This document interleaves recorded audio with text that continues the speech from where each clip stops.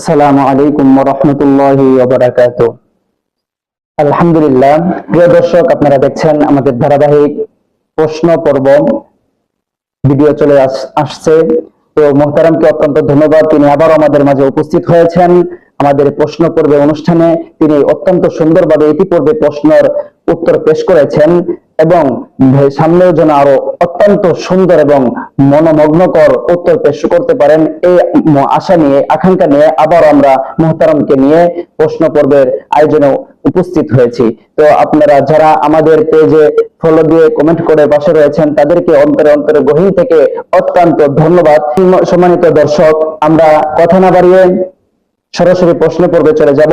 আমরা মুহতারামকে প্রশ্ন করতে চাই যে যদি কোনো ব্যক্তির ঋণ থাকে তাহলে কি তার জন্য কোনটা উত্তম, কোরবানি করা উত্তম না ঋণটাকে পরিশোধ করা উত্তম?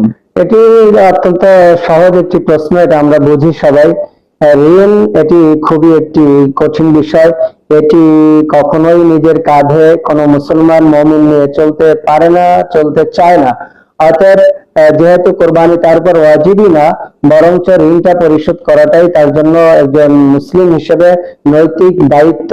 সেই হিসেবে ঋণ কাঁধে নিয়ে তাকে কোরবানি করার বিধান ইসলাম দেয় না। অবশ্যই উত্তম হচ্ছে তার জন্য ঋণটা আগে পরিশোধ করা। বাকি কোরবানি ঋণ করে কোরবানি করলেও কোরবানি হয়ে যাবে, তবে উত্তম হচ্ছে তার ঋণটা পরিশোধ করা। মাশাআল্লাহ। প্রিয় দর্শক, আপনারা দেখছেন ধারাবাহিকভাবে প্রশ্ন পর্বের ভিডিও। তো আবার আমি মুহতারামের কাছে প্রশ্ন রাখতে চাই। এক ভাই প্রশ্ন করেছেন যে গায়রুল্লাহর নামে যদি কেউ কোরবানি করে তাহলে কি কোরবানি বা জবে হবে কিনা?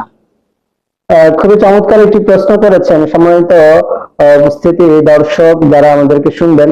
আমাদের দেশের যে সকল মুসলমান আছি, কিছু মুসলমান আমরা আছি খুবই আবেগ আপ্লুত এবং খুবই সাদা মাথা সরল মনের মানুষ। গ্রাম অঞ্চলে যারা অবস্থান করে, মানুষের মুসলমানদের বিশেষ করে কিছু মানুষের যারা ধর্মীয় দিক দিয়ে একটু অগ্রসর, তারা যেভাবে তাদেরকে বোঝায় বা বিভিন্ন সময় বলে, স্বতঃস্ফূর্তির সাথে সে কথাগুলি তারা বরণ করে এবং সে অনুযায়ী আমল করার চেষ্টা করে।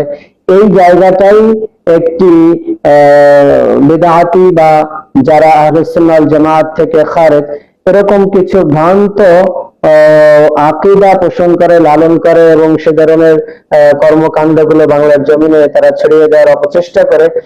তারা কিন্তু বিভিন্ন সময় তাদের আকীদার ভিতরে এবং তাদেরকে বিভিন্ন পথ ভ্রষ্টের দিকে তাদেরকে অগ্রসর করে।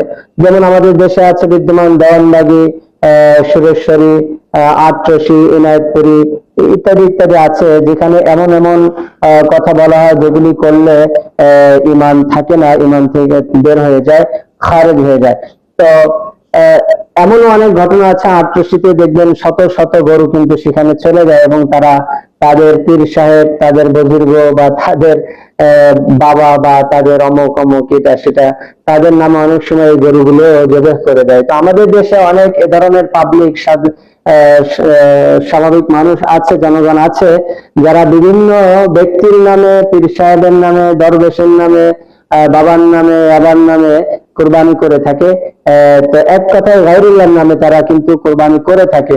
তো আল্লাহ তাআলার নাম ব্যতীত অন্য কারো নামে যদি কোরবানির পশু উৎসর্গ করে জবাই করে, তাহলে সেটি কখনোই কোরবানি হবে না, আর সেটি কোরবানি সহি হবে না এবং কোরবানি আদায় হবে না, কোরবানির সওয়াব লাভ করবে না। মাশাআল্লাহ। তো মুহতারাম, এক ভাই প্রশ্ন করেছেন এইভাবে যে হুজুর, আমি যদি সুদ খাই এবং কি ঘুষ খাই এবং কুরবানিও যদি করি তাহলে কি আমার কুরবানি কি হবে, কবুল হবে আল্লাহ তাআলার কাছে? এটি আসলে সুস্পষ্ট বিষয়। এটি আমাদের দেশের ওলামা ইকরাম খুব কঠিন ভাবেই ধারাবাহিকভাবে মসজিদের মেম্বার থেকে জানানো হয়। এমনকি এটাও বলা হয় যে আপনারা যে ভাগে কোরবানি করেন 7 ভাগ 5 ভাগ, এর ভিতর কারো একটি ভাগে যদি হারাম অর্থাৎ সুদ, ঘুষ, অন্যের হক মেরে খাওয়া অথবা চুরি, ডাকাতি, রাহাজানি, ছিনতাই, টেন্ডারবাজি ইত্যাদি ইত্যাদি যে কোনো হারাম অর্থ যদি এটার সাথে সম্পৃক্ত হয়, তাহলে কারো কোরবানি সহি হবে না। অর্থাৎ হারাম টাকা, অর্থ, সম্পদ দিয়ে কোরবানি করলে কোরবানি সহি হবে না। মুহতারামকে অত্যন্ত ধন্যবাদ। সর্বশেষ আজকের প্রশ্ন পর্বের ভিডিওতে সর্বশেষ মুহতারামের কাছে আমরা প্রশ্ন রাখতে চাই, সেটি হচ্ছে যদি যৌথ ফ্যামিলিতে 2-3 ভাই যদি 10,000 বা এরকম অর্ধেক করে টাকা দেয়, আর যদি এই টাকার মাধ্যমে যদি পিতা বা মাতার নামে কুরবানি করা হয়, তাহলে এটার হুকুম কি? অত্যন্ত গুরুত্বপূর্ণ একটি প্রশ্ন করেছেন। অনেক ফ্যামিলিতে যৌথভাবে থাকে এবং ছেলে মেয়ে আত্মীয় স্বজন একসাথে তারা চলাচল করে, চলাফেরা করে, সংসার চালায়। সেক্ষেত্রে একাধিক লোক যদি কোনো ফ্যামিলিতে বিদ্যমান থাকে, চাই ভাই হোক বা ভাতিজা হোক বা চাচারা হোক, তো এই যে 3-4 জন মিলে যে টাকাটা দেয়, এখন বিষয় হচ্ছে যে আসলে 3-4 জন তাদের মধ্যে কেউ যদি নিসাব পরিমাণ সম্পদের মালিক না হয়, সেক্ষেত্রে যে 5,000 10,000 করে টাকা দিয়ে এক জায়গায় জমা করে, এরপরে সেই টাকাটা অন্যের নামে যদি কুরবানি করে, তাহলে এই কুরবানির হুকুম কি? এই টাকা জমা করার পরে দুইটা সূরত, এই টাকা কাউকে মালিক বানিয়ে দেওয়া না দেওয়া। যদি কাউকে মালিক না বানিয়ে দেয়, তাহলে কারো কুরবানি সই হবে না।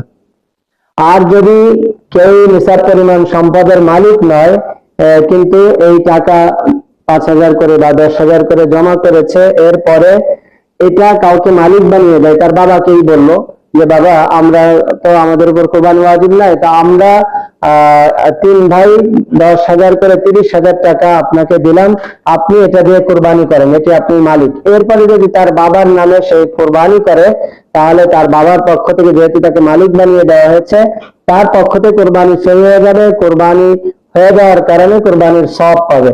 আর যদি কেউ মালিক না হয়, এক জায়গায় জমা করে কোরবানি করে, তাহলে কিন্তু এই কোরবানি সই হবে না এবং কোরবানির যে সওয়াব সেটিও লাভ করতে পারবে না। প্রিয় মুহতারাম, আপনাকে আমরা পাই ধারাবাহিকভাবে আমরা ভিডিও যেভাবে আমরা প্রশ্ন উত্তরগুলো পেশ করছেন, আমাদের অনুষ্ঠানের পক্ষ থেকে আপনাকে অত্যন্ত ধন্যবাদ এবং অত্যন্ত ভালোবাসা। তো আমরা আশা করি যারা ভিডিও দেখছেন, লাইক এবং কমেন্ট করে আমাদের পাশে থাকবেন এবং সামনের ভিডিও যেন অতি দ্রুত পেতে পারেন, এর জন্যই সাবস্ক্রাইব করে, ভিডিও লাইক করে, ফলো করে আমাদের পাশে থাকবেন। এবং এখনো যারা ভিডিওতে লাইক, কমেন্ট, সাবস্ক্রাইব করেন নাই, আমরা আশা করব অতি দ্রুত আপনি আমাদের ভিডিওতে সাবস্ক্রাইব করে আমাদের পাশে থাকবেন। অতি দ্রুত আমাদের কোরআন হাদিসের আলোকে মুহতারামের অত্যন্ত সুন্দর প্রশ্নের উত্তর পেয়ে যাবেন। আর আপনি কি প্রশ্ন করতে চান, অতি দ্রুত আপনার কমেন্টের মাধ্যমে আপনার প্রশ্ন জানিয়ে দেন। মুহতারামের জবান থেকে মূল্যবান কথা উত্তর পেশ করে আমরা পরবর্তী ভিডিওতে আপনাদের সামনে পেশ করব ইনশাআল্লাহ। আসসালামু আলাইকুম ওয়া রাহমাতুল্লাহ।